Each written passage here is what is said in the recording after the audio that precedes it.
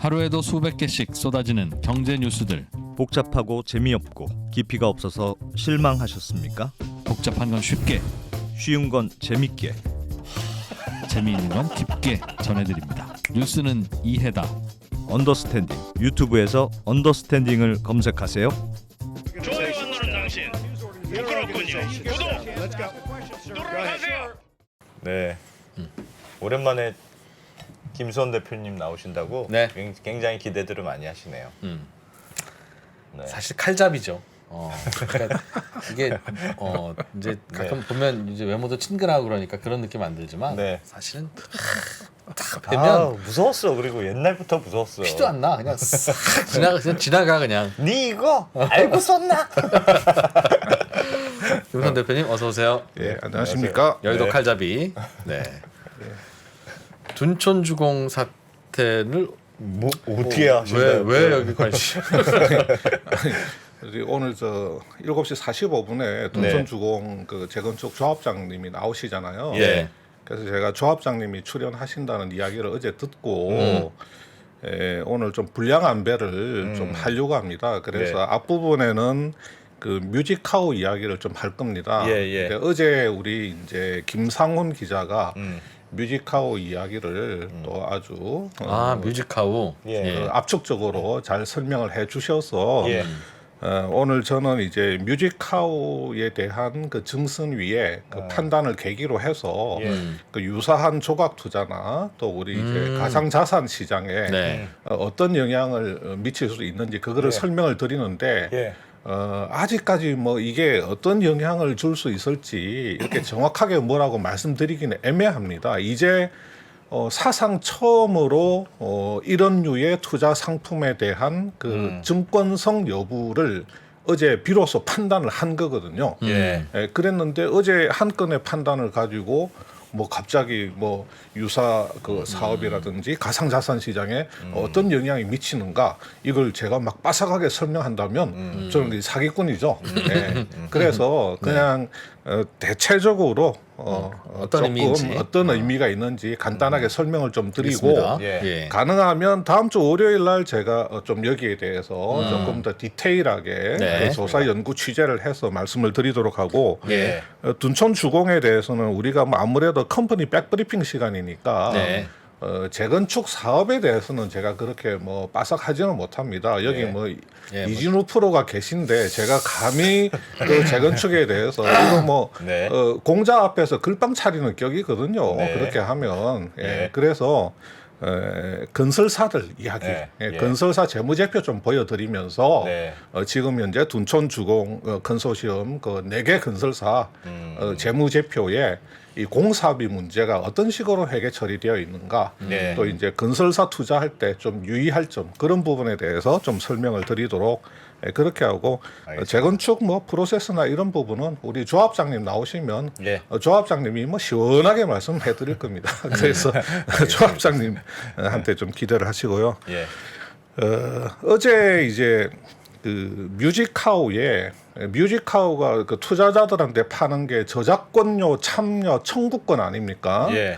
배웠죠, 여기에 우리가 한번. 대해서 뭐 우리 증권선물위원회가 자본시장법 상에 그 증권에 해당한다 이런 결론을 내렸죠. 그래서 자본시장법 상의 증권 중에서도 예. 투자 계약 증권에 해당된다 이렇게 판정을 했거든요. 예. 그래서 이 그림을 한번 잠깐 보시면서 뮤직하우의 그 사업 구조를 이해를 하시면 어제 정선위의 판단을 좀 더 명확하게 이해를 하실 수가 있습니다. 네. 그래서 그림을 한번 보시면 우리 그 소주 한 잔 있잖아요. 소주 네. 한 잔. 이게 이제 임창정이 부른 거 아닙니까? 예, 그렇죠. 뭐 작곡가도 있고 작사가도 있고 이제 가수도 있고 그 네. 음반 제작자도 있겠죠. 근데 이제 뮤직하우 에셋이 이렇게 그 저작권을 가진 사람들한테 이 저작권을 양도를 받습니다. 네. 근데 대부분 뭐 이 작곡가나 이런 사람들은 뭐 이렇게 저작권을 잘 팔지를 않아요. 팔지를 않고 여기 이제 주로 가수나 음반 제작자 이런 사람들이 가진 권리는 우리가 특별히 이제 저작 인접권이라고 하거든요. 예. 뭐 작곡가가 가진 거는 이제 그 저작 재산권, 저작권.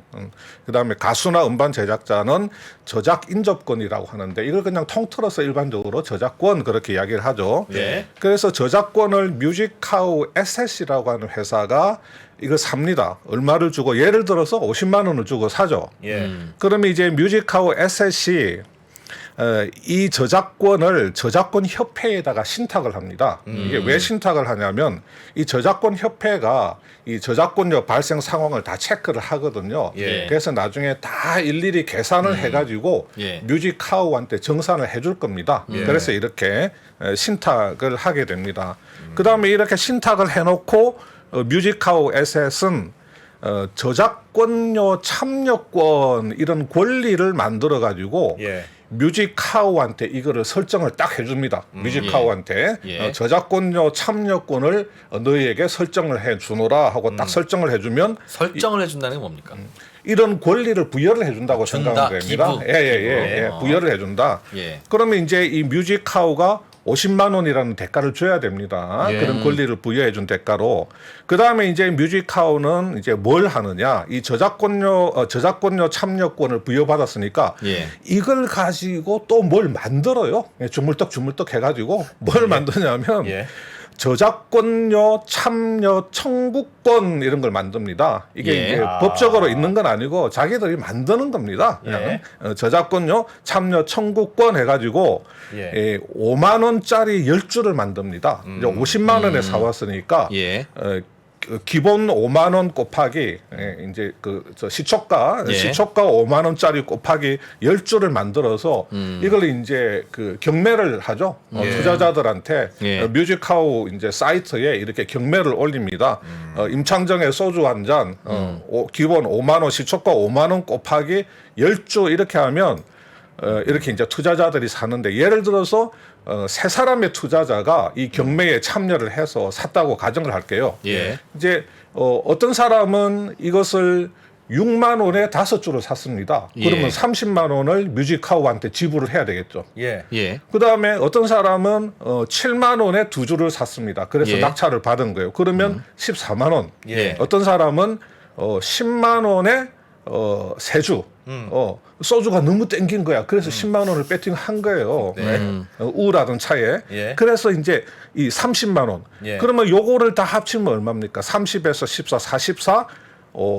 이렇게 74. 74죠. 네. 네. 그러니까 50만 원에 갖고 와가지고 5만 원짜리 10주를 갖다가 이렇게 경매에 붙여가지고 어허. 10주를 팔았는데 들어오는 수입은 74만 원이죠. 네. 요 50만 원하고 74만 원의 차이, 요 24만 원이 뮤직카우의 영업 매출이 되는 겁니다. 예. 아. 그 전에는 74만 원을 다 매출로 인식했어요. 네.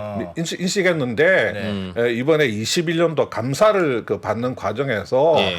이거를 다 총액을 인식하면 안 된다. 왜냐하면 이 저작권료 참여 청구권이라고 하는 것은 네. 이게 하나의 금융 상품이라 너네들이 금융 상품을 가지고 와서 팔았기 때문에 네. 그 차액만큼을 금융상품 처분 수익을 그냥 매출로 인식해야 된다. 그러면 네. 처분 수익이라고 하는 것은 차액을 말하는 거다. 그래서 24만 원만 74만 원 빼기 50만 원 해서 야. 24만 원만 너희들 매출로 인식을 해야 된다. 이렇게 된 거죠.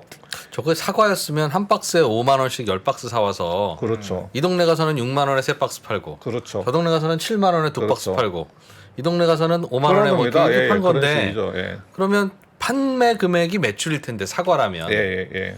이 사과가 아니라 저작권이니까 좀 달리 보자 하는 건가요? 이 저작권을 그 전에는 일종의 재고 상품처럼 취급을 했습니다. 예. 예를 사과라고 들어서 생각한 이제 거네요. 우리가 뭐 사과 10박스를 사과 10개짜리 한 박스를 50만 원에 사와서 예. 누군가한테 74만 원에 팔면 매출 74만 원, 매출 원가 50만 원. 네. 그래서 매출 이익 24만 원 이렇게 인식을 하잖아요. 예. 그전에는 이렇게 재고 자산처럼 취급을 했는데 네. 이번에 감사를 받으면서 과거에 매출 인식에 오류가 있었다. 그래서 이 뮤직카우가 만들어낸 저작권료 참여 청구권이라고 하는 것은 이게 금융 상품에 해당되는 거고 네. 이 금융 상품을 너네들이 투자자들한테 팔아서 차익을 먹는 이게 너네들의 영업이다. 너네들의 영업 행위다. 네. 그러니까 그 차액, 금융상품 처분 차익, 그 차익을 너네들의 영업 매출로 인식을 해야 되는 거지. 예. 이 총액을 다 인식하면 안 된다. 안 된다? 순액을 인식을 해야 된다. 과거에 이제 매출 인식에 오류가 있었다. 이렇게 이제 정정이 된 겁니다. 그러니까 뮤직하우 입장에서는 어떻겠어요? 이걸 총액으로 인식을 해야지 외형이 커 보일 거 아닙니까? 그렇죠. 예. 이 순액으로 인식을 하게 되면 이게 확 줄어들게 되거든요. 예. 그래서 이렇게 그 매출 그 인식한 거를 보면 예. 21년도 매출 인식을 보면 그래도 많이 늘었어요. 이렇게 이제 대략 얼마쯤 돼요? 한 뭐 100억 좀 넘어갑니다. 근데 100억 넘어가는데 이게 이제 과거의 총액 인식 기준으로 하면 수백억이 되겠죠. 예. 그리고 이제 이런 플랫폼들은 이렇게 그 거래 금액의 뭐 몇 배를 플랫폼 가치로 이렇게 그 인정을 받잖아요. 예. 그러니까 될 수 있으면 크게 이 하는 매출액 자체가 커야지 뭐 PSR도 많이 나오는 거고 예. 그 GMB 그 총 거래액도 많이 나오는 건데 그래서 뮤직하우가 이것을 총액이 아니라 순액으로 그 인식받기 위해서 좀 발악을 했죠. 예, 이게 왜요? 왜? 이제 매출이 좀 아, 커 매출이 보여야 커야 되니까, 되니까. 매출. 커 보여야 되니까. 네네네. 그래서 예. 이걸 어떻게 좀 하려고 이제 여러 가지로 뭐 좀 이렇게 좀 이제 찡찡찡찡 했는데 예. 이게 이제 회계법인에서 안돼 그게 그건데 결국은 회사로 들어오는 돈은 똑같은 건데. 예, 그래서 어. 안돼 거- 이거는 겉보기가 이제 다르니까. 더 이게 재고자산식으로 네. 이렇게 매출 인식하는 건 안돼. 공작새야? 금융상품으로. 그리고 이제 여기 이제 요 세 사람 있잖아요. 요 세 사람은 네. 요 세 사람은 뮤직하우 안에 있는 거래 플랫폼에서 네. 이 5주, 2주, 3주를 가지고 이제 거래를 하는 거죠. 주식 거래하는 것처럼 예. 이제 다수의 거래에 의해서 이게 시세가 이제 형성이 되게 되는 겁니다. 예. 그리고 그 다음에 이제 이 저작권 협회에서 저작권료를 정산 분배해주면 뭐 뮤직하우 SSC 받아가지고 뮤직하우한테 줄 거고 뮤직하우가 여기 이제 투자자들한테 이렇게 분배를 해주는 이런 형태죠. 이런 형태니까 이 투자계약증권이라고 하는 것은 예. 그 자본시장법 상으로 투자자들이 공동사업에 투자를 해야 됩니다. 그러니까 공동사업 맞잖아요. 네. 그 저작권료 수입을 얻고 그 다음에 이 청구권의 가격 변동 그 손익을 예. 공동으로 향유하는 형태니까 예. 공동 사업에 투자하는 거 맞고 그 다음에 이 주요 업무를 타인이 수행을 해야 됩니다. 그래서 투자자들이 직접 수행을 안 하잖아요. 예. 뮤직하우 또는 뮤직하우 에셋이 다 하잖아요. 네. 예. 그리고 이 저작권료 분배받는 것도 투자자들이 직접 분배받는 게 아니고 뮤직하우 에셋을 통해서 분배를 받잖아요. 예. 그렇죠. 그래서 모든 주요 업무를 전부 다 타인이 수행을 해주는 겁니다. 투자자 입장에서 보면 예. 그 조건도 만족시키는 거고 그 다음에 이익 획득의 목적이 돼야 되는 거죠. 뭐 이 투자자들이 뭐 소주 한 잔 거기 뭐 돈 안 내고 저작권료 안 내고 마음껏 부르기 위해서 이거 산 거 아니잖아요. 네. 예. 차익 먹으려고 하는 거잖아요. 그렇죠. 예, 그러니까 투자 이익의 획득 목적 요 세 가지 조건이 다 부합되기 때문에 투자 계약 증권으로 이제 딱 떨어지는 겁니다. 그렇게 된 거고요. 그래서 이제 이 증권이 되게 되면 50인 이상으로부터 이렇게 공모가 들어가면 증권 신고서를 제출을 해야 되는데 예. 이 뮤직하우는 이게 증권이 아니라고 생각을 하고 그 J 그 로펌한테서 증권이 아니라는 그런 검토 의견을 받아서 증권이 아니라고 생각하고 거래를 해왔기 때문에 50인 이상의 투자자로부터 모집 행위를 하면서도 증권 신고서를 제출을 안 했거든요. 예. 그게 이제 그 증권 신고서 그 미제출로 이제 위반 상황이 발생이 된 거고. 그 다음에 그 뭐 소액 공모를 10억 미만의 소액 공모를 할 때는 또 소액 공모 예. 공시 서류를 제출을 해야 되는데 뭐 그런데도 이제 위반 사항이 있었는데 이번에 정선위에서 좀 정상 참작을 좀 해줬죠. 약간 뭐 애매하다. 약간 뭐 애매했다. 고해성은 없어 보이고 또 이제 이런 그 투자 계약 그 증권 판단이라고 하는 게 예. 우리가 이제 하늘이 열린 개천절 이후로는 최초 아니냐 우리나라에서는 예, 그래서 우리나라 사상 처음 있는 일이기 때문에 좀 고해성도 없고 어떤 최초의 판단이기도 하고 해서 지금 당장 제재는 하지는 않겠다. 그러나 6개월의 유예 기간을 줄 테니까 여러 가지 뭐 투자자 보호 장치들을 만들어서 이거 금융감독원에 제출을 해서 좀 검사를 받아라. 예. 만약에 미흡하면 바로 제재 조치 들어간다. 예. 그래서 오케이 받으면 이제 앞으로는 증권 신고서 이렇게 잘 제출을 하고 10억 미만 소액 공모할 때는 소액 공모 이제 그 공시 서류 같은 거 따박따박 잘 제출을 해서 사업을 해라. 이렇게 된 거고. 만약에 이제 이번에 이게 투자 계약 증권이 아니고 파생 결합 증권으로 판정이 났다고 하면 이 파생 결합 증권은 투자 그 매매업자, 우리 쉽게 말해서 증권사만이 할 수 있는 그거거든요. 예. 그래서 만약에 파생 결합 증권으로 판정이 났다 그러면 그 뮤직하우는 바로 그 자리에서 상당하는 겁니다. 아. 파생결합증권은 뭘 파생결합증권이야? 뭐 기초자산이 있고 그 기초자산의 가격 변동에 연동해가지고 이렇게 가격이 변하는 형태죠. 뭐 ELS나 뭐 EL 옛날에 ELW라든지 뭐 여러 가지 이제 기초자산의 가격 변동에 따라서 손익이 이제 결정되는 그런 구조를 이제 파생결합증권이라는. 그걸로 볼 수도 있겠네요. 그러니까 기초자산을 저작권이라고 보고. 이번에 이제 증권위에서 결정을 하기 전에 예. 그 법령 해석 그 심사위원회라고 있습니다. 네. 그 조금 애매한 상황은 어떤 뭐 대학 교수나 어떤 전문가들로 구성된 법령 심사 해석 위원회의 그 판정을 받거든요. 예. 그래서 옛날에 그 최태원 회장에 하고 한국투자증권의 그 TRS가 문제됐을 때도 예. 그 법령 해석 심사위원회의 판단을 받았고 애매한 사건은 일단은 이제 정선위 전에 법령심사해석위원회라고 하는 10인의 전문가로 구성된 그 조직에서 1차적으로 판단을 해주는데 10명 중에 10명 모두가 확실하게 투자계약증권에 해당된다고 했고 그중에 3명이 파생결합증권에 해당될 소지도 있다고 판정을 했습니다. 다행히 이제 한 3명 정도 나왔으니까. 근데 이제 거기서 파생결합증권으로 이렇게 증선위에 이거 파생결합증권으로 보는 게 맞겠습니다 하고 자문 의견을 올렸고 증선위에서 파생결합증권이 옳다고 했으면 뮤직하우는 바로 거기서 문을 닫아야 되는 그런 상황을 한번 맞이할 뻔한 거죠. 그러니까 삐딱한 2%의 시각에 따르면 이게 고인지 아닌지 금감원이 어떻게 합니까? 그거 어떻게 알아요? 고인지 아닌지. 이게 모르죠. 고인은 아닌 것 같고 뭐 처음이기도 하고 처음인 건 처음이지만 뭐 처음이라고 그런 게 어딨어요.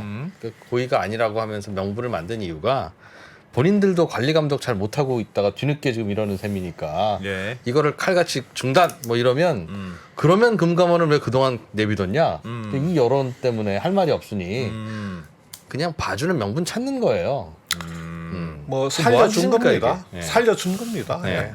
그냥 살려줬다 이렇게 보시면 될 것 같고요. 그 대신에 이제 앞으로 이 제재 절차를 보류해 줄 테니까 너가 7가지 조건을 좀 충족시켜라. 그래서 어떤 그 투자자의 권리나 재산하고 그 너네들 그 사업자의 부도 가능성을 뭐 절연을 시켜라든지 아니면 뭐 이 청구권 이거 발행 시장하고 이 유통 시장을 분리하는 것을 원칙으로 하기는 하되 뭐 꼭 유통 시장이 필요하고 너네들이 시장 감시 체계도 좀 갖추고 투자자 보호 뭐 체계도 갖추면 뭐 유통 시장까지 하는 것도 예외적으로 허용해 줄게 이렇게 됐단 말이에요.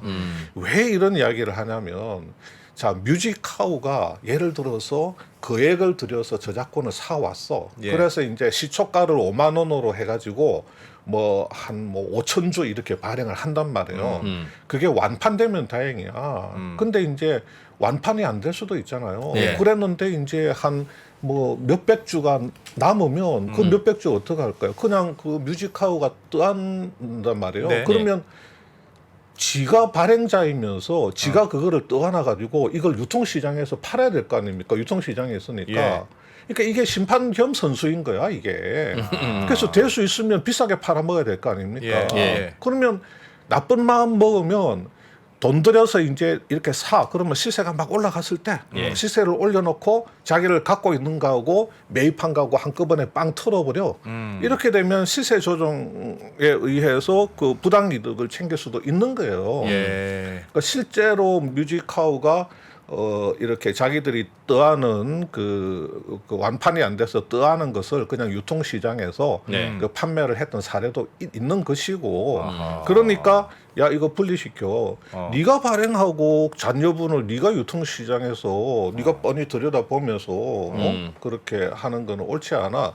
이렇게 해라. 그런데 네. 분리시키고 투자자 보호하고 뭐 어떤 그 시장 감시 체계가 어떤 식으로 너네들이 마련한다면 오케이. 뭐 유통시장 해줄게. 그러니까 지금 뮤직카우에서는 뭐라고 그러냐면 그러면 지금까지는 청구권을 뮤직카우에서 발행했고 예. 투자자들한테 예. 그다음에 뮤직카우 플랫폼 안에 이제 이 거래소가 있은 거 아닙니까? 예. 그거를 그러면 그 청구권 발행은 우리 뮤직카우 SSC하고 그 발행 시장 예. 투자자한테 발행할 때 그 다음에 우린 거래소만 하겠다. 그냥 유통은 우리 거래소는 이제 우리 뮤직카우에서 하는 식으로 뭐 이원화를 하겠습니다. 이런 식으로 이제 방향을 잡고 있는 것 같은데 글쎄요 완전 100% 모자 회사 간에 이렇게 너는 발행이고 너는 유통이고 이게 뭐 얼마나 어떤 감시 체계나 투자자 보호 측면에서 의미가 있는 것인지 그건 좀 잘 모르겠어요. 하여튼.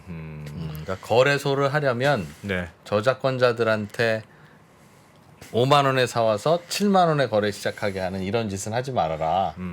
그런 얘기죠. 그렇죠. 예, 예. 그걸 하려면 거래소를 하지 말든가.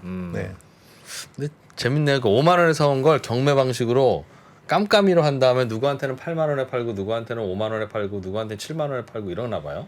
그게 이제 낙찰 이제 이 사람들이 주문을 내면 네. 뭐 누가 주문을 냈는지는 당연히 나오지는 않지만 예. 뭐 5만 5천 원에 몇 주, 네. 뭐 또 6만 원에 몇 주 하고 쭉 이렇게 매일매일 뜹니다. 이렇게 비딩은 매일매일. 각자 할 수 있는데 그렇죠. 그래도 네. 낙찰하고 나면 그 중에서 커트라인 가격에 다른 사람한테도 다 줘야지. 그렇죠. 그러면 이제 그러다가 이제 쭉 이렇게 해서 동시효과라는 게 그런 건데. 마감이 있잖아요. 예, 한 예. 10일 동안 비딩을 시키는 거지. 그랬다가 이제 딱 마감일 날 4월 15일 낮 12시에 마감 그러면 11시 59분 59초 12시 딱 이렇게 되면 네. 딱 잘라보면 시초가 5만 원인데 비싸게 산 사람도 있고 네. 7만 원에 산 사람도 있고 다행히 운 좋게 뭐 5만 3천 원에 산 사람도 나타날 수가 있고 그렇죠. 예, 그렇게 그게 복불복이라는 거죠. 복불복인 거죠. 근데 그것도 이상하네. 그것도 이게 이상해. 예를 들면 이게 지금 상품이 그게 경매죠. 그게 경매인데 뭐. 상품이 아니고 증권으로 어쨌든 규정이 된 건데 그 총액 매출은 아니고 그 차액만 매출로 잡겠다고는 했으나 그러니까 네. 매출은 줄어들었으나 그것도 저는 이상한 것 같아요. 증권인데 증권이면 예를 들면 이걸 이렇게 받아다가 파는 게 목적인데 그 차액이 그 예를 들어서 내 걸로 생각한다는 게 예를 이상하네요. 들어서 증권사 같은 경우는 예. 그 증권 매매가 증권사의 본업이죠. 영업 활동이죠. 그렇죠. 그러면 수수료를 받는 게 증권사가 만약에 저기 어떤 주식을 예. 어떤 주식을 10,000원에 사가지고 15,000원에 팔았다 그러면 네. 그 15,000원이 증권사의 영업 수익이 아니에요. 그렇죠. 5,000원이 왜냐하면 금융 상품이기 어쨌든. 때문에 그렇죠. 금융 상품 처분 수익이 영업 수익이 되는 거야. 네. 그러니까 뮤직카우도 청구권이라고 하는 것을 그런 류의 금융 상품으로 보는 겁니다. 그래서 총액으로 매출을 인식하지 못하도록 하는 거고. 아무튼 근데 꼭 IPO 같은 형식이라서 네. IPO 같은 형식인데 근데 공모주 청약을 받는데 그 각자 차액- 원하는 가격을 쓰고 원하는 가격에 주는 거예요. 커트라인 이상이 말하면. 그러니까 그 차액이 내 매출이야. 근데 이게 그렇게 하는 게 꼭 예. 뮤직카운트 좋은 게 아니에요. 그러니까 원하는 가격을 쓰시되 네. 낙찰하는 가격은 네. 그 중에서 커트라인 가격 최저가에 높은 가격 쓰신 분도 그 저가에 드리겠습니다. 그러면 마음 놓고 높은 가격을 지를 수 있거든요. 순서만 정하는 거다. 네. 이제 순서만. 그러니까 선착순 50등까지 주되 네. 50등 안에 들어있는 분들은 다 50등이 쓴 가격에 드리겠습니다라고 하면 한 2,000원 정도의 가격 가치가 있어 보이는 저작권도 2억 원 이렇게 부른다고요. 그렇겠네. 네. 예. 나는 하여튼 50등 안에 들어가는 게 목적이니까 그러다 보면 막 한 2만 원에 막 그 커트라인 생기고 그러면 그게 오히려 비싸게 파는 방법이죠. 근데 비싸게 팔면 안 되고요. 왜냐하면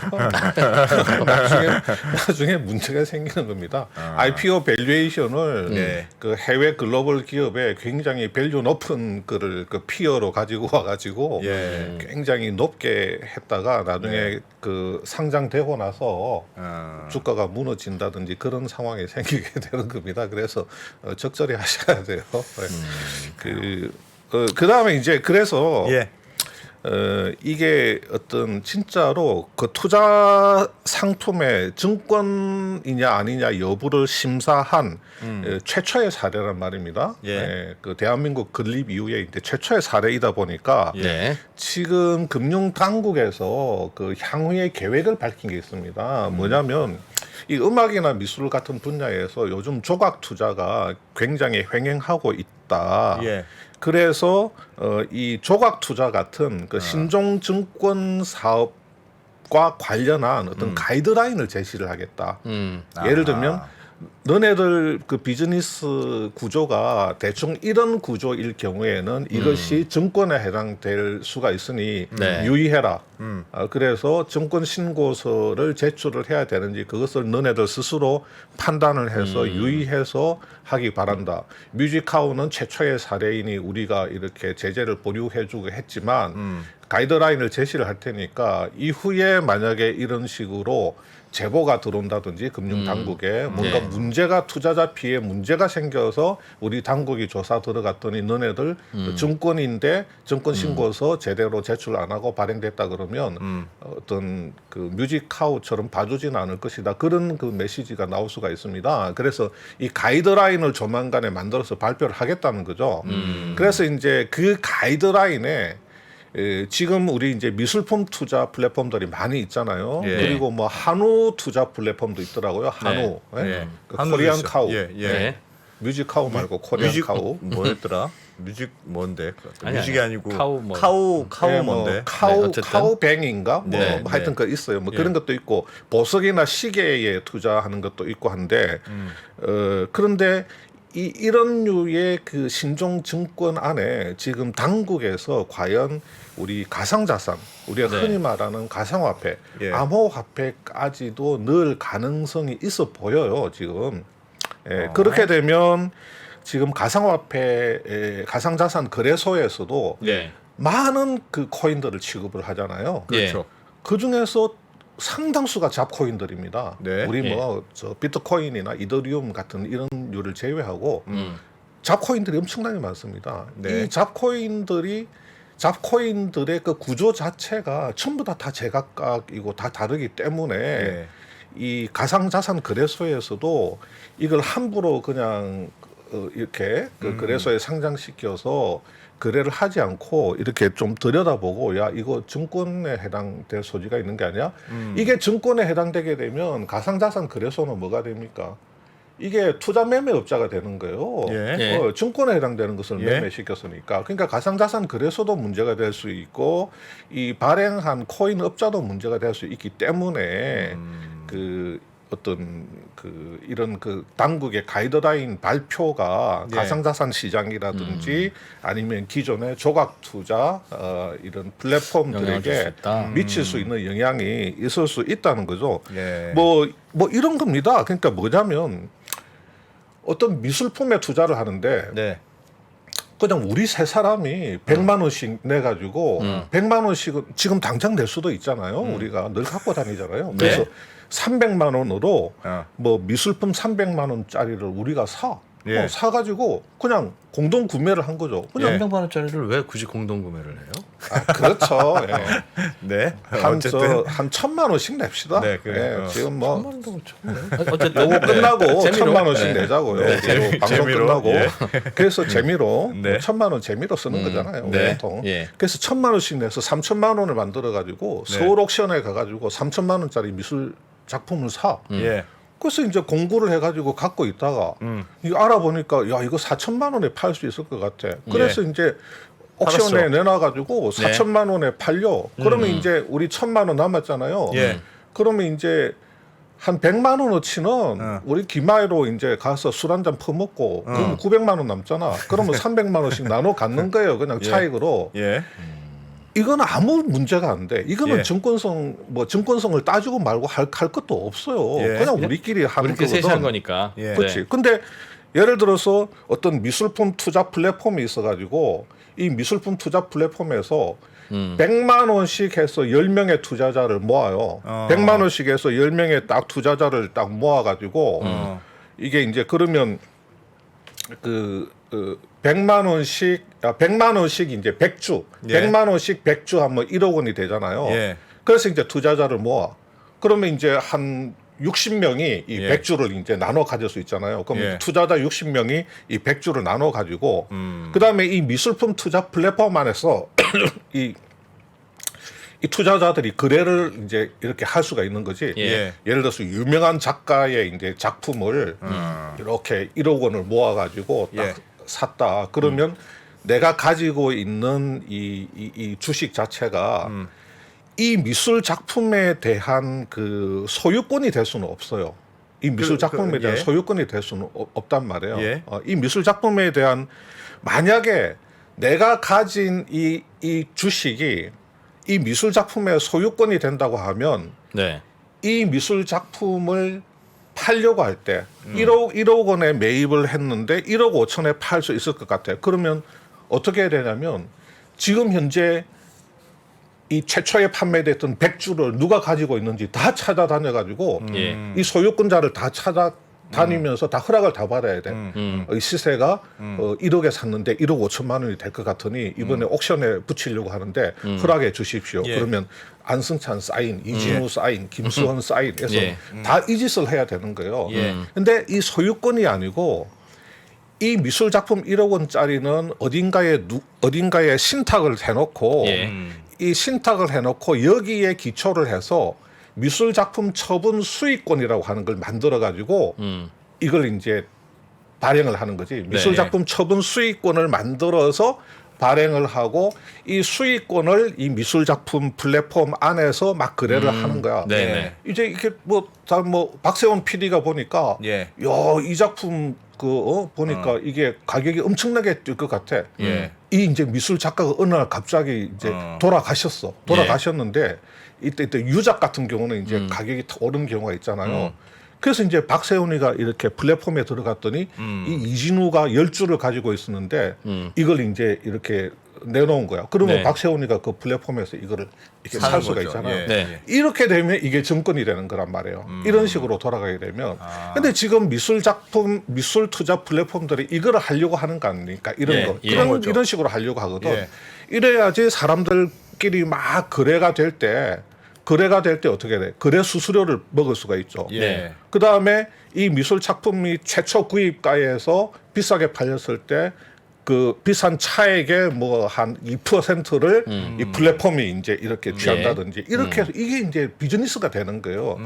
만약에 이런 구조를 가지고 있는 플랫폼이라 그러면 우리는 증권입니다.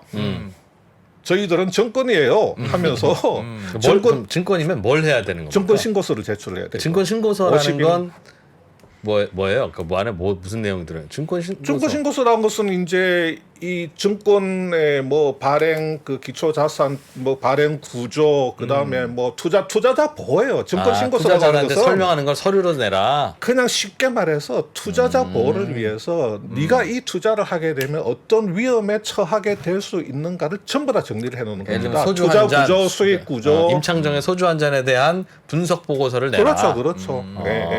그걸 안 줬기 때문에 문제다. 너희들은. 네, 그래서 이제 증권 신고서를 예를 들면 이 미술 작품을 신탁받은 회사가 있잖아요. 이 신탁받은 회사가 증권 신고서를 작성을 해가지고 이렇게 이제 예를 들어서 지금 부동산 그 투자하는 카사 있잖아요. 예. 카사도 금융 그 샌드박스이긴 하지만 증권 신고서를 냅니다. 그 부동산을 신탁하고 있는 회사가 내는 거예요. 예. 카사가 내는 게 아니고. 예. 그리고 카사가 파는 그 증권이 있잖아요. 그거 네. 뭐라 그러죠? 뎁스라 그러나요? 디지털 전자증권. 이거 소유권 아닙니다. 이 부동산에서 발생할 수 있는 현금 흐름을 수취할 수 있는 그런 권리입니다. 그런 권리 증서지 네. 이 부동산에 대한 직접적인 소유권이 아니에요. 그거는 등기를 쳐야 되는 거니까.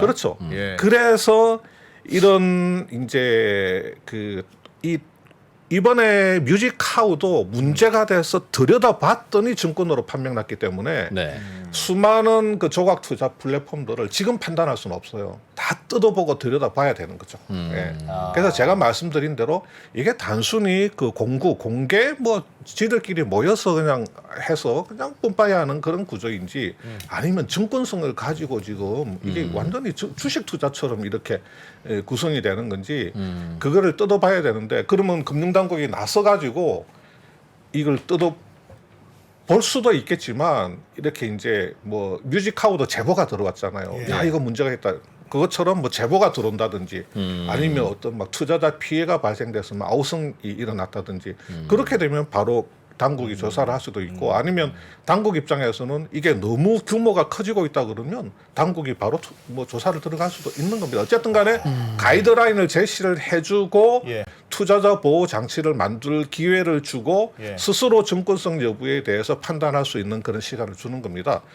지금 이제 가상화폐 같은 경우도 마찬가지입니다. 가상화폐 같은 경우도 이런 수많은 잡코인들이 있고 정말 다양한 어떤 스트럭처에 의해서 발행이 되니까 그 이번 그 뮤직하우를 계기로 해서 증권성 여부를 너네들이 스스로 한번 판단을 해보고 그다음에 가상자산 거래소도 너네들이 취급하는 그런 코인들이 증권성이 있는지 없는지 알아서 판단을 해봐라 하는 어떤 가이드라인이면서도 한편으로는 약간의 워닝이 들어있을 수가 있는 겁니다.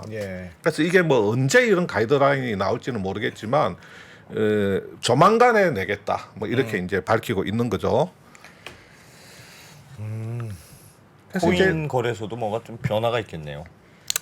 뭐 그럴 가능성이 이제 있다고 뭐 봐야 되겠죠. 그러니까 지금 뭐 아주 확정적으로 이야기를 할 수는 없습니다. 지금 당국이 넌지시 가이드라인을 주겠다 이렇게만 해놨기 때문에 이게 조각 투자만 들어가는 건지 아니면 가상자산 거래소까지 들어가는 건지 여기에 대해서 아주 확신은 할 수는 없지만 가상자산에 대한 그 증권성 여부에 대한 가이드라인도 제시될 가능성이 있다 하는 여기까지만 그 말씀을 드리도록 그렇게 하겠습니다. 저는 코인은 아닐 것 같아요. 코인은 증권이 아니라 그러니까 이 뮤직하우와는 달리 네네네. 예, 그럴 수도 있고요. 두 가지 이유가 있는데 코인은 백서라는 게 있습니다. 그게 증권신고서지 뭐예요. 두 번째, 백서가 있죠. 코인은 어떤 가치를 평가할 수 있는 즉 저작권료 수입이라든가 아무것도 없어요. 아무것도 없어요. 그 그러니까, 백서에 제가 백서를 잘 몰라서 그러는데 투자 리스크 같은 것도 많이 담기나요? 이 투자 리스크 같은 거 아니에요. 없어요? 네. 그러면 증권신고서 아닙니다. 아, 그거에 맞춰서 써야 된다. 그냥 쭉 설명만 있는 게 아니고 그 설명만 있는 거는 그건 아무 소용 없고요. 투자 리스크, 투자자 리스크. 보호 장치입니다. 증권신고서가. 당신이 여기에 투자할 때는 이런 리스크가 있으니 이걸 잘 알고 투자하세요 하는 겁니다. 다 리스크로 그러면 그거는 백서를 증권신고서로 가름한다는 할 수는 없습니다. 안 되는 건데 절대로 할 수 없습니다. 다만 증권이려면 뭔가의 어떤 제3자의 노력에 대한 혹은 성과에 대한 대가를 그 제3자가 아닌 다른 투자자들이 공유할 수 있는 그런 연결고리가 있어야 되는데 코인은 그런 게 없습니다. 그냥 달나라에 있는 저기가 내 땅이야. 누가 사면 비싸지고 아니면 많은 거니까 뭐 그게 왜 증권이에요. 그래요. 그러면 저 10만 원 빵 합시다. 발표되면 10만 원 빵 해가지고 되게 약한데 이 내기에 10만 원 거의 빵 집니다. 하시죠. 거의 요즘 2%는 뭐 내기만 하면 저 그냥 10만 원 드릴게. 10만 원 굳이 그걸 해서 뭐 하려고 그래요? 10만 원? 알겠습니다. 매일매일 10만 원 드릴게요. 그거. 필요해요 그거? 이제 그 둔촌 주공, 둔촌 주공 기다리고 있었습니다. 둔촌 주공 지금 어떻게 흘러가고 있는지는 신문에 기사가 이제 많이 나왔기 때문에 그건 여러분들이 다 아실 것 같고 둔촌 주공을 보면서 아마 이런 생각을 하신 분들이 있을 겁니다. 지금 건설 4사가 그 시공사업단에서 하는 이야기가 우리가 2020년 초에 그 착공에 들어가 가지고 지금 2년이 넘도록 공사비 한 푼도 못 받고 있다. 그래서 1조 6천억 원이나 되는 돈을 우리 돈으로 다 이렇게 꼬라박아 가면서 지금 공사를 하고 있는데 네. 정당한 공사비 증액조차도 지금 조합에서 인정을 못 한다고 하고 지금 현장에서 원자재값 올라가지고 우리 지금 피눈물 펑펑 흘리고 있는데 이거 정말 공사 계속 해야 되는 건지 정말 속상하다 뭐 이런 예. 이야기가 나오고 예. 있잖아요. 예. 이게 그러면 2년 동안 공사비를 한 푼도 못 받았어? 그래서 건설 사사가 1억 6천이라는 돈을 자기 돈을 꼬라박아가면서 하고 있는 거야? 네. 그래서 제가 이제 건설사 재무제표를 한번 들어가 본 거예요. 이야기 이거 궁금하네. 예, 그거를 네. 이제 표를 통해서 한번 보겠습니다. 네. 대우건설이 있잖아요. 자, 우리 2021년 사업 보고서 재무제표의 주석 설명서에 들어가 보면 나와 네. 있습니다. 자, 이 둔촌주공 재건축 사업에 대한 대우건설의 지분율은 23.5%입니다. 예. 지금 제가 보여드리는 거는 다 사업 보고서 재무제표에 다 있습니다. 네. 그러니까 이게 사사가 대부분 25% 안팎의 지분을 가지고 있구나. 한 4분의 1씩 그 지분을 나눠 가지고 있구나. 재건축 예. 사업에서. 대우건설에 해당되는 도급 금액은 7,588억 원입니다. 예. 예정대로 공사를 하면 조합으로부터 7,588억 원의 공사 매출을 올릴 수 있다는 거죠. 예. 그러면 이 공사의 진행률은 26.5%입니다. 네. 자, 그러면 이 도급 금액 7,588억 원에다가 공사 진행률을 곱한 것만큼 매출을 인식을 합니다.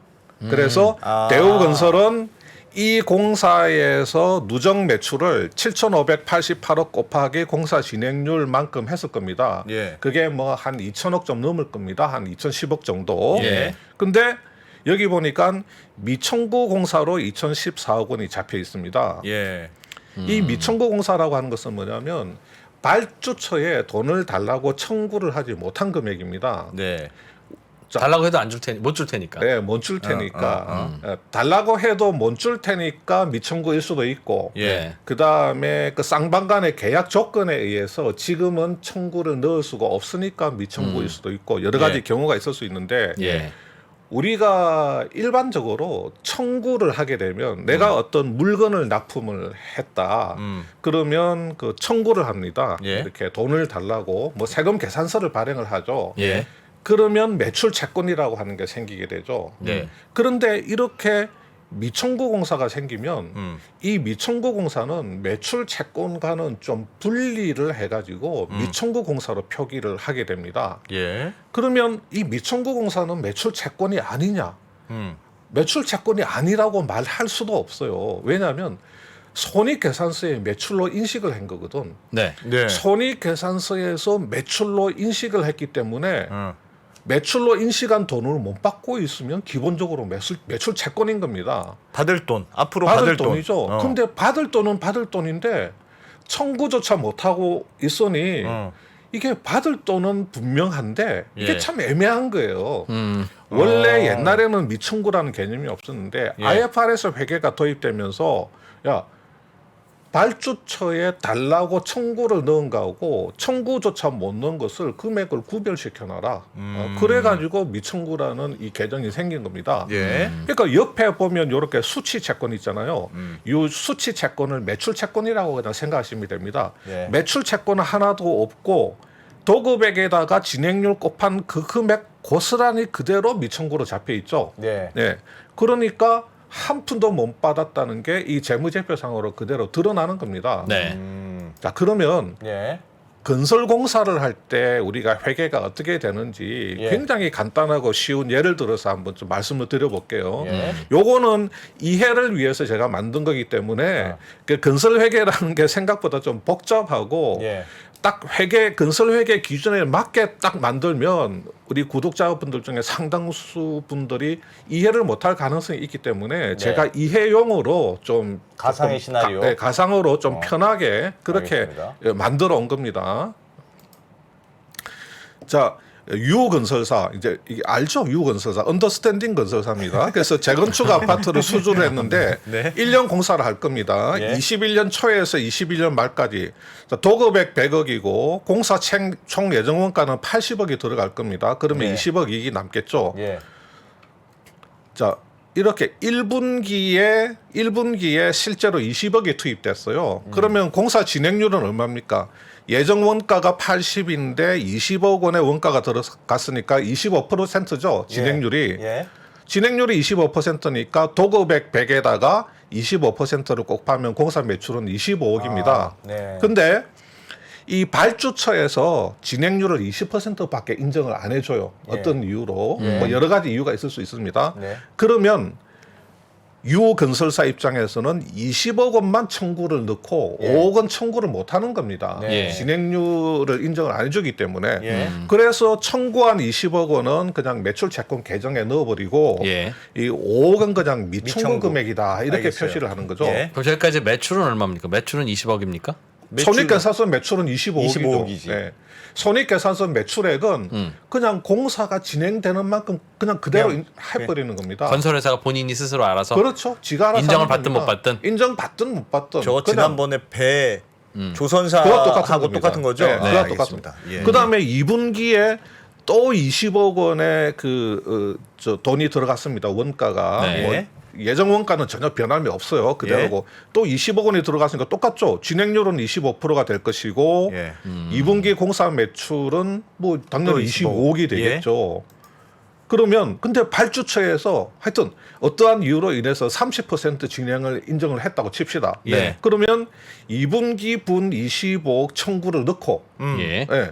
그다음에 기존에 미청구된 5억도 청구를 넣는 거예요. 예. 그러면 매출 채권이 되고 미청구는 없어지는 겁니다. 예. 그래서 우리가 공사를 하다 보면 예. 그냥 자연스럽게 어떤 공사든지 미청구는 생겼다가 없어졌다가 생겼다가 없어졌다 그럴 수 있는 겁니다. 예. 그래서 이제 그 다음에 예를 들어서 똑같은 조건인데 어. 이 기성공사 대금을 어떻게 주느냐? 이 조합의 일반 분양을 실시를 해서 일반 분양 대금이 들어올 때마다 이 공사 기성 대금을 지급하는 조건으로 공사를 합니다. 예. 예. 자, 그러면 똑같죠. 자, 20억 넣었다 원가 그러면 진행률 25% 나온다. 그럼 매출 그러면 25억? 공사 매출 25억이다. 예. 근데 돈은 일반 분양 대금이 들어올 때마다 받기로 그렇게 계약이 돼 있기 때문에 아직 일반 분양 전이기 때문에 25억 미청구공사. 전액을 그냥 미청구로 예. 잡아버립니다. 예. 그 다음에 2분기에 또 20억 투입됐고 공사 진행 25% 됐고 매출 25억 발생됐는데 다행히 요 시점에 일반 분양을 실시를 해서 일반 분양 초기 대금 40억 원이 들어왔습니다. 예. 들어왔어요. 예. 예. 그러면 공사 기성 대금 청구를 넣을 수가 있죠. 예. 그러니까 자, 누적 매출이 얼마입니까? 1분기에 25억, 2분기에 25억. 누적 매출이 총 50억이지만 예. 기성 대금 그 결제 조건이 분양 대금 유입 때마다 하는 거니까 40억밖에 안 들어왔기 때문에 40억만큼을 청구를 넣어서 매출 채권으로 잡아놨다가 조합이 40억 원을 건설사 통장에 꽂아주면 매출 채권은 지워버리고 매출 채권을 현금 유입으로 돌려버리면 되는데 예. 미청구 잔액은 10억으로 확 줄어드는 거죠. 그죠? 예. 그 다음에 이제 또 이렇게 이제 분양이 개시됐으니까 이제 또 이제 중도금 들어올 거 아닙니까? 이제 계약금 들어오고 중도금 들어오고 1차, 2차 중도금 들어오고 하면 이런 이제 미청구들은 이제 계속 없어질 수가 있는 거죠. 그냥 그 굉장히 기본적인 그 개념 아시겠죠? 예, 알겠어요. 아, 이게 왜 알겠어요. 미청구란 게 뭐고 왜 미청구가 생기는지. 그럼 미청구 잔액이 크다는 거는 별 문제가 없는 거네요. 재무제표상.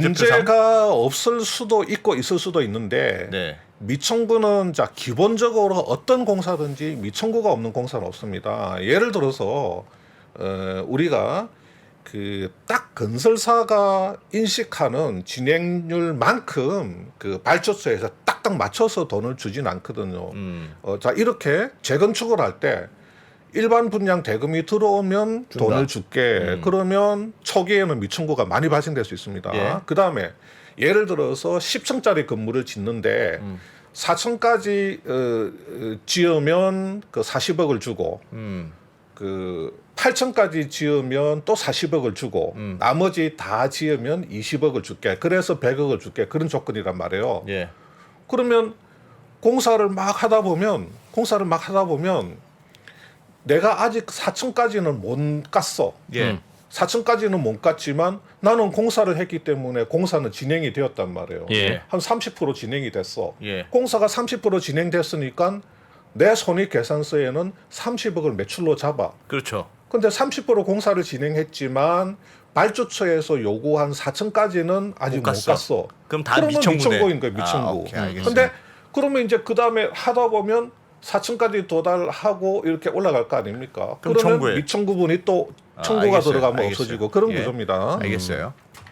근데 롯데건설 같은 경우에 보면 예. 여기도 수주 총액이 7,588억, 대우하고 똑같죠. 예. 진행률이 30.6%. 이거 이제 곱한 만큼이 손익계산서에는 분명히 누적 매출로 인식이 돼 있겠지만 여기도 공사 미수금을 청구분과 미청구분으로 딱 나눠 놓고 미청구분으로 2,322억 원이 잡혀 있단 말이죠. 예. 역시 롯데건설도 한 푼도 못 받고 있구나. 현대건설 마찬가지로 진행률 29%인데 여기 작년 말 기준이니까 네. 2,592억 원 미청구 못 받고 있구나.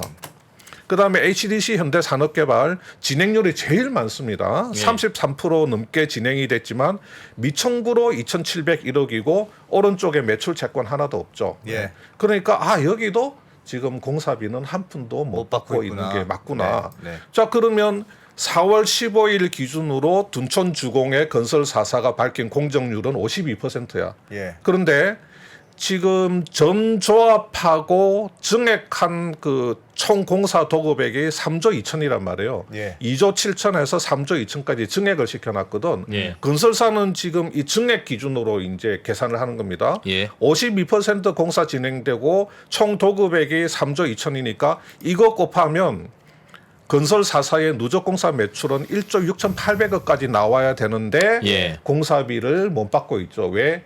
일반 분양을 지금 못 하고 있거든. 둔촌주공은. 예. 분양가 상한제 때문에 그거 상한제 피한다고 막 서울시 뭐 좀 기다려 보자 그러다가 예. 막 전조합이 탄핵돼서 신조합이 네. 뭐 이렇게 출범하고 막 그런 복잡한 사정들 있잖아요. 그러니까 이게 1조 건설 4사가 1조 6,800억 원이 미청구로 잡혀 있는 거고 이게 한 회사당 한 4천억 안팎이 지금 미청구로 잡혀 있단 말이에요. 예. 근데 이 미청구가 어차피 이제 일반 분양되고 돈이 들어오면 이 미청구는 해소가 될 겁니다. 근데 그 과거 전례를 보면 그 매출액 대비해서 미청구 공사 금액이 굉장히 높은 경우가 있어요. 특히 예. 해외 공사 많이 하는 업체들 같은 경우에 그런 미청구는 이게 단순히 없어질 미청구인지 아니면 뭔가 현장에서 문제가 발생돼서 지금 청구를 못 하고 있는 상황인지 그런데 이제 유의할 필요가 있고 매출액 대비해서 미청구 금액이 많이 높을 경우에는 특히 좀 세세하게 알아볼 필요가 있는 겁니다. 미청구가 무조건 위험한 건 아니지만 예. 야. 청구 금액. 미청구 금액이 많아지면 재무제표상에 어떤 악영향이 있습니까? 미청구가 많아지면 당연히 뭐 이 부실 자산의 부실화 가능성이 높을 경우에는 네. 이것도 자산 손상을 인식해야 됩니다. 지금 4천억인데 예. 보니까 뭐 이 발주처가 이게 뭐 재무적 위험에 빠져가지고 이거 미청구 못 받을 것 같아요. 그러면 한 절반 정도는 그냥 자산 손상으로 처리를 해버리면 그만큼 손익계산서에 그 비용 처리가 될 수 있고 예. 캐시플로우가 나빠지는 거죠. 공사는 진행하면서 손익계산서는 번듯하게 모양이 좋아지는데 들어오는 예. 돈은 없어. 그러니까 이제 캐시플로우가 이제 나빠지는 거죠. 실제로 이제 현금 흐름은 그 안 좋은 상황에 들어가는 거죠. 근데 이제 그게 만약에 부실화가 수 되면 있다. 거기서 이제 손익계산서에 비용으로 반영을 해야 되니까 예. 손익계산서가 이제 망가지는 거고 돈도 못 받고 손익계산서도 망가지고 그렇게 되는 거죠. 예. 야, 그러면 저거는 그 둔촌주공 조합이랑 뭔가 합의가 돼서 일반 분양이 돼서 돈이 들어오기 전까지는 계속 미청구로 남아 계속 있겠네요. 미청구로 남아 있는 겁니다. 그래서 아까 보면 그 롯데건설인가에 보면 미청구 금액 옆에 충당금을 조금 네. 그 대선 충당을 해놨잖아요. 예. 그냥 이건 좀 리스크가 거기는 있다. 보수적으로 그만큼 그냥 형식적으로 그냥 회계적으로 그만큼 비용 처리를 한 겁니다. 그거는. 예. 다른 건설사들은 안 하고 있는 거고. 예. 지금 분양을 안 하고 있는 이유는 분양가 산정과 관련해서 뭔가 좀 이슈가 있어서 그런가 보죠. 지금요? 네. 처음에 한번 했을 때 마음에 안 들어서 한번 거부를 했죠. 2020년 초에 예. 그때 일반 분양을 들어갔어야 되는데 그때 허그에서 한 2,900억 원의 맞아요. 분양을 해라. 안 그러면 너네를 이제 분양 보증 안 해준다 그러고 저기 조합 쪽은 3,500억 평당 3,500원 가야 된다. 그러면서 이제 미적미적되고 에이씨 그러면 뭐 좀 기다려 보지 뭐 이러다가 이 뭐 조합장이 뭐 이런 식이냐 그래서 이제 조합총회에서 탄핵시키고 출범시키고 그러면서 이제 건설사도 돈 못 받게 되고 그렇게 된 거죠. 뭐. 분양가를 상한제하던가 통제하는 건 할 수 있죠. 예. 뭐 판단에 따라 할 수 있는데 이미 시공사 선정해 놓고 이사까지 간 재건축 조합에까지 분양가 상한제를 사후에 적용하면 이런 문제가 항상 생기는 거예요. 이게 소급 적용인데 뭐 부진정 소급이건 뭐 진정 소급이건 따질 문제가 아니라 이럴 줄 알았으면 계산 다시 해야 되는 거잖아요. 이미 이사까지 다 간 조합했는데 너희들도 다시 분양가 상한제하라고 하면 대학 다니다가 등록금 올리는 거하고는 좀 다른 문제죠. 이따가 다시 물어보죠. 네, 알겠습니다. 글로벌 모니터의 김수원 대표님 왜 마스크를 갑자기 쓰셨어요? 다 가실 준비 다 하시.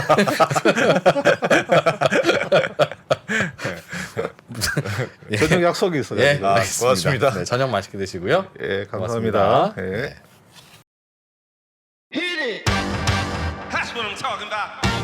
Wait. Okay, now from the beginning. Hit it, boys.